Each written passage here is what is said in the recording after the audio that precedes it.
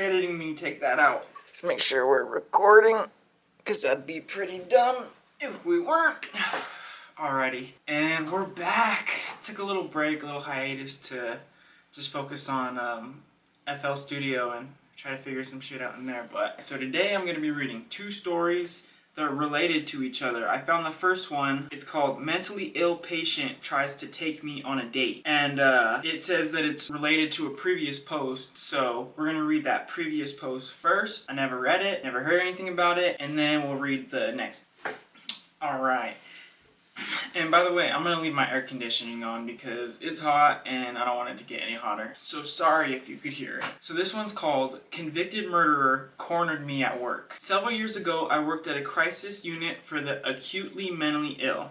It was a 10-bed unit where individuals would come to stay as a step down from a psychiatric hospitalization or a diversion to prevent psychiatric hospitalization. I often worked alone on the weekends. One Friday evening, we received an admission. We'll call him Mr. M. Background info was provided with the referral indicating a diagnosis of antisocial personality disorder and recent release from prison after serving a sentence for murder. Well, fuck. I completed the initial intake meeting with Mr. M, during which time he said some sexually explicit things to me. I made it clear that this was inappropriate and that confidentiality was limited in that the staff working on the unit as part of his treatment team would be privy to anything said in the interview or subsequent one on any sessions. He responded well to the redirection. We finished the intake, and I went about the rest of my shift until about 11 p.m. that night, when he approached the office and asked if I was working alone.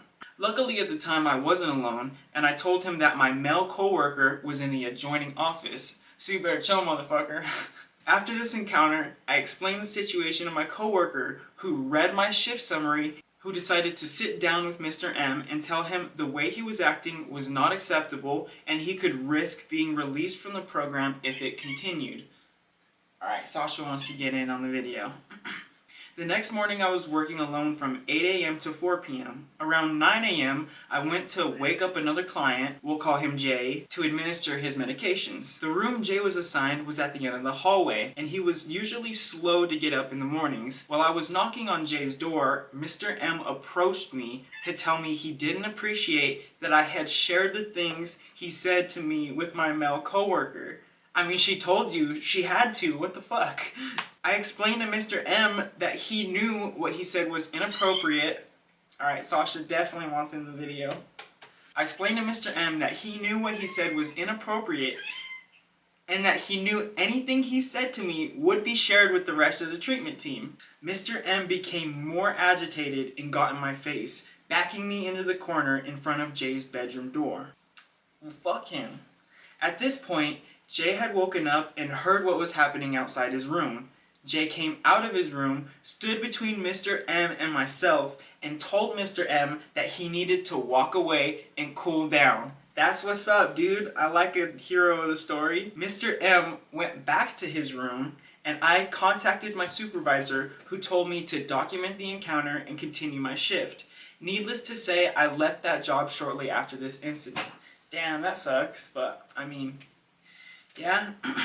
I am thankful for Jay in that he had the presence of mind, while also being a client with mental illness, to intervene on my behalf. I often wonder what would have happened if Jay wouldn't have woken up, or if he would have been in a more severe state of mental illness and would have become agitated as well. Mr. M, let's not meet again. Alrighty, and then she's addressing some people, like, trying to call her out saying, there's no way you could work a 10-bed unit on your own.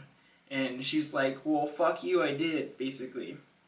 She defends herself more than that, but alright, so this is the update. So this is going to have something to do with that. So this one's a little bit shorter, so we'll get through it a little quicker. It's called Mentally Ill Patient Tries to Take Me on a Date. Well, that's a little nicer than backing you into a corner, I guess. A client arrived one afternoon as a step down from a psychiatric hospitalization. I'll call him C. C was in his mid-30s and balding, skinny from not eating well in the hospital, had an endless supply of white t-shirts and sweatpants, and always wore slip-on Vans. Same, it sounds like my kind of dude. Not only the Vans part, but... I developed a good rapport with C, and he seemed to feel comfortable talking to me. A week or two into his stay on the unit, I noticed that he was choosing to have his one-on-one sessions during my shifts. We were responsible for doing one group session and one one-on-one with each client on the unit daily. So we would hold one group in the mornings, one in the afternoons, and altered one-on-ones for each client. C would choose to do his group in the mornings on days I worked in the afternoon and do his group in the afternoon when I worked in the morning. Some clients are more comfortable with certain staff, so I didn't think much of it. Yeah, I could see that. During a one-on-one session one day, C started asking me questions about what kind of movies, music, and books I liked. I wasn't uncomfortable until C asked if I liked the 50 Shades series. I told him I didn't think that was an appropriate question, but he continued, asking if I would want to go see the newest movie with him. Oh fuck no. I explained to C that this was an inappropriate request and that I was part of his treatment team. I explained that we had a professional relationship in the scope of his treatment. C didn't seem to understand this and asked if I would want to go with him when he was discharged in a few days because I wouldn't be a part of his treatment team. After going over it with C several more times, he seemed to understand that we would not be hanging out after he was discharged and would certainly not be going on a movie date to see 50 Shades of Grey. I thought that was the end of it until a few days later when the maintenance man was cleaning out his room and found a strip of paper on which C had written my first and last name, which I had not told him, over and over again, along with some incoherent ramblings. I never saw C after that, and I hope I never do. Oh my god, we gotta look at the comments. When was this posted?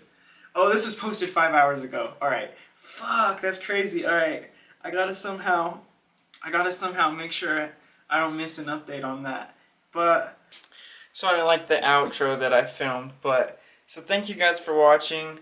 Those two stories turned out to definitely not have anything to do with each other, other than the fact that they were both by the same person, but they were both pretty good. Either way, latest.